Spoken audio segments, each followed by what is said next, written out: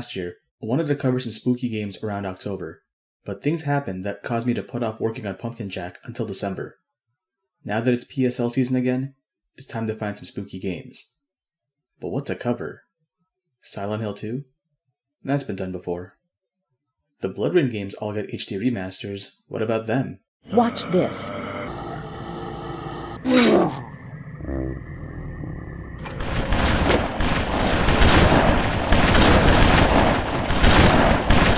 Not really sure if I could make this look interesting, honestly. Well, I could try another movie game, and out of all of the titles available during the 6th gen, I settled on Constantine. This is Constantine. John Constantine. Asshole. Constantine is a 2005 action horror shooter developed by SCI Games. It's a tie-in to the Keanu Reeves vehicle of the same name, which is an adaptation of Hellblazer by Vertigo Comics. Hellblazer tells the tale of John Constantine, a noir anti-hero who deals with angels and devils alike in 1980s London. Constantine transplants John from jolly old England to LA. See, Hollywood doesn't just whitewash Asian entertainment, it also burger washes English stuff, because solipsism is a very American trait. Constantine is such a weird title, because I'm more than qualified in talking about it in several different ways. Is it a movie tie-in property? Yeah, I've done those before. Is it derivative of a more popular game's design? Oh yeah, and we'll get to that in a bit. Is it kusoge? It's close. Not entirely there, but if I played the game on hard, I would definitely place it in that box. I'm not familiar with Hellblazer, and I've never watched Constantine until I started playing this game, so I'm not going to comment on whether this game did John Constantine right. Damn you, Constantine. I've been damned by worse. Much worse. However, I do want to point out that this game is a really good Keanu model. That's something considering all of the games that do feature Keanu Reeves. If I had to rank the ones that I know, from best to worst, it'd be John Wick in Fortnite, Johnny Silverhand in Cyberpunk 2077, Constantine, and then Neo in The Matrix Path of Neo. So what game is Constantine imitating? Let's see if you can figure it out. It's a third-person shooter with the camera placed behind Keanu's back and justified a little to the right. No ADS. Where you point is where you shoot, unless you opted for auto-aim.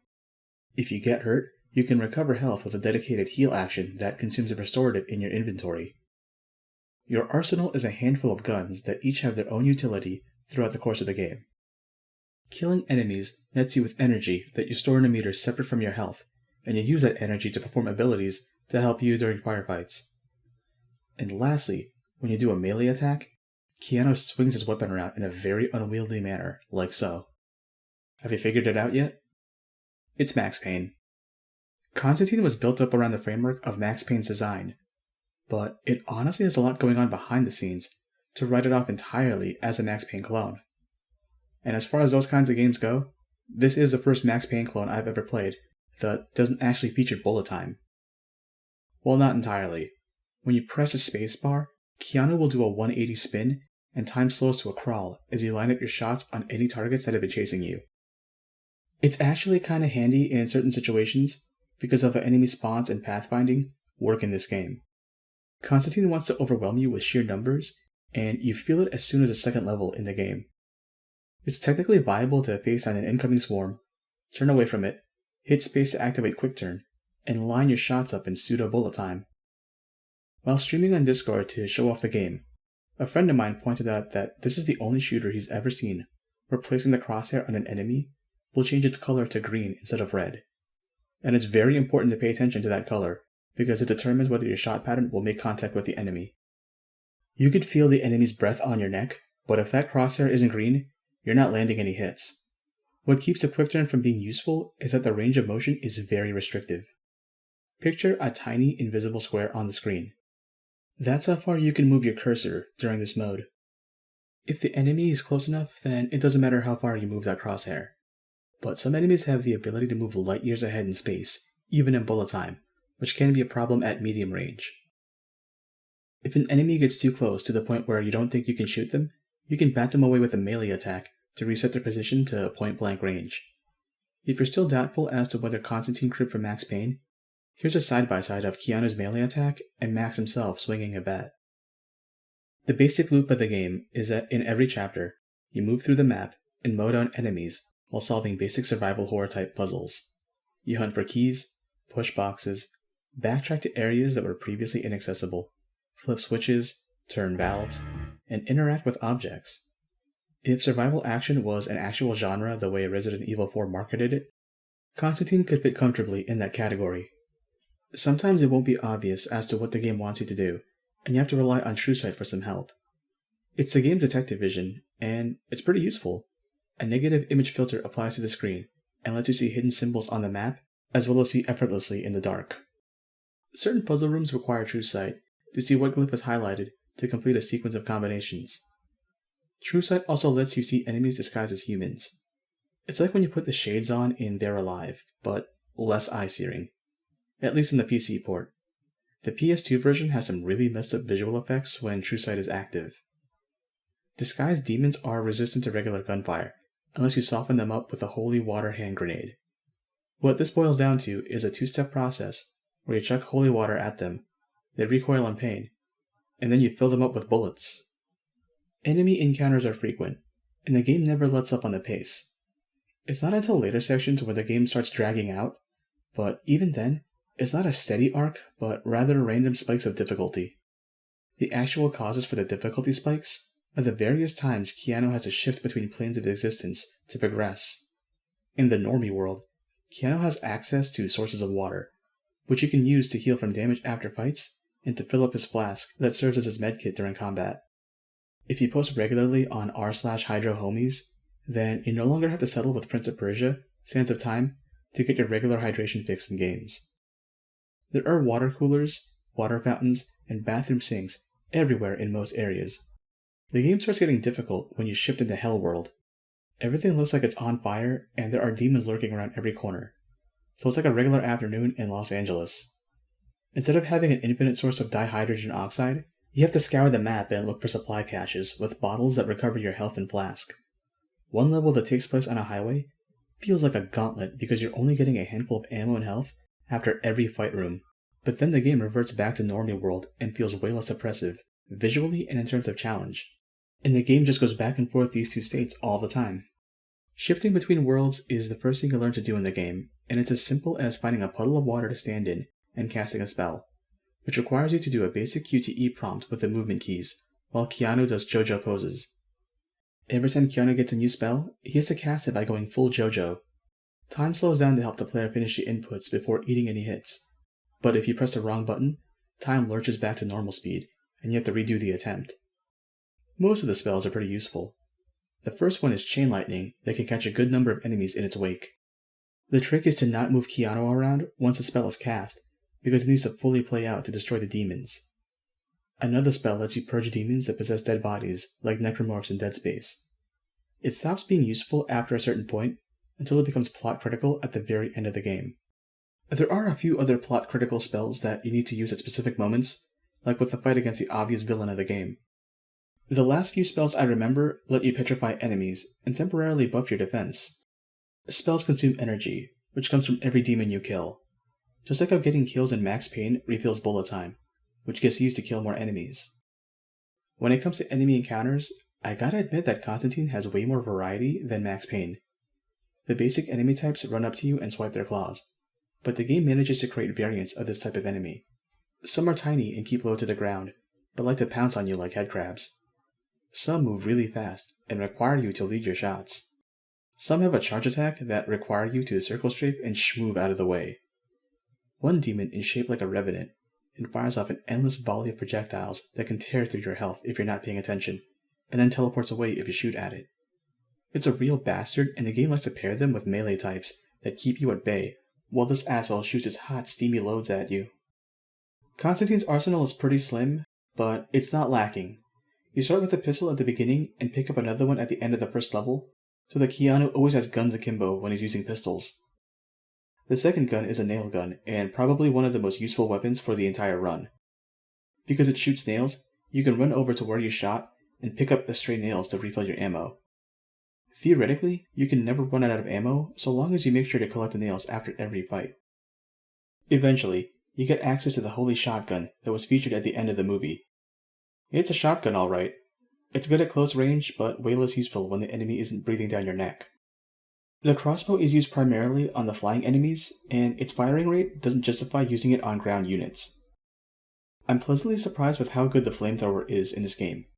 It deletes basic enemies, and because of ammo capacity, it should be reserved for the mini-boss type enemies of the game, or bosses themselves. Boss encounters were pretty unique. I couldn't name them off the top of my head, but each fight stuck out to me for one reason or another, and I never really saw the game reuse a boss fight to pad out the time. That's not to say that this game doesn't pad out the time. Some levels have multi-part steps where you need to go here, collect this, and activate that to progress. The worst offender was the one where you had to complete 5 challenges to collect 5 stone Brita filters to open the demonic bank vault and get the plot critical spell to beat a boss. Puzzles aren't that hard to solve. I figured them out without a guide, and I'm hopeless when it comes to adventure game logic. Some of them are actually pretty clever. One puzzle requires Keanu to walk across a series of tiles with different faces of the moon over a pit of lava. If you step on the wrong tile, you take massive fire damage and die on the spot. So long as you remember which phase of the moon you're standing on and which phase is next, you can get past this puzzle without taking damage. Another type of puzzle is during a face-off with the villain's underling. She's got a shield that negates all damage. The trick to this fight is to shoot the giant painting of the underling on the wall, which destroys her. It's the only time I've ever seen an enemy gimmick based on the picture of Dorian Gray in a video game, and it was a pleasant surprise. That's what this game really is for me, a series of pleasant surprises wrapped in a very forgettable package. Scattered about the game are hiding spots that contain collectibles that will permanently increase Keanu's health and mana.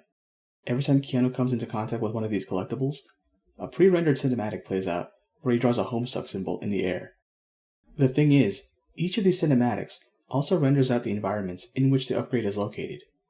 This means that every one of these moments had their appropriate environment baked into the cutscene. I dug through the game's files and found that each chapter had a bunch of video files tied to those upgrades. A studio with less time or effort would have just rendered that cutscene once in a black void and called it a day. Not Constantine. Some set pieces get real trippy and have paintings with animated portraits of people writhing in pain. If you get close to them, an audio file of someone screaming will play out.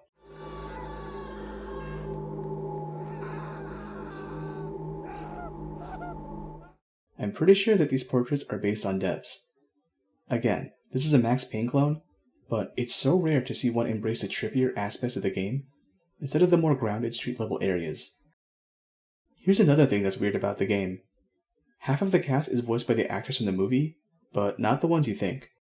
Tilda Swinton did voice work for her character, but Keanu and Rachel Weisz got sound-alikes. And I gotta tell you, the sound-alike for Keanu is uncanny, because he nails that stiff way that Keanu talks. You gotta work on your clientele, Midnight. Garbage like this gives demons a bad name. You know, when the time comes, and it is coming, Constantine, I've got dibs on your oysters. Why? Missing a pair of your own? Smoking's got competition. I'm gushing about the game, but it's not perfect. To really capture that cinematic horror movie feel, there's a persistent grain filter and vignette in all of the cutscenes and a bit of gameplay. It makes some shots a pain to look at. Along with that, the game's dark and light values are really washed out.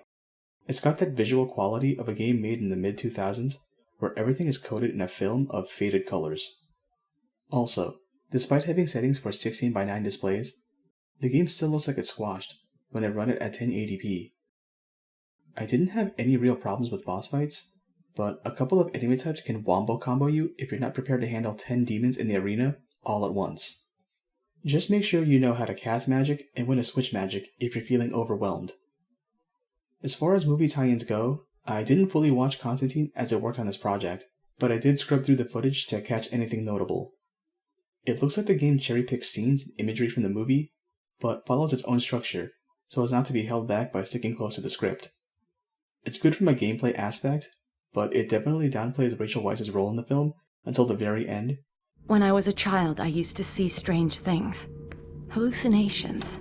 Demons. Angels. I have visions that they're here, among us. The big twist in the film doesn't actually happen in the game, so don't expect this game to replace the experience of the movie.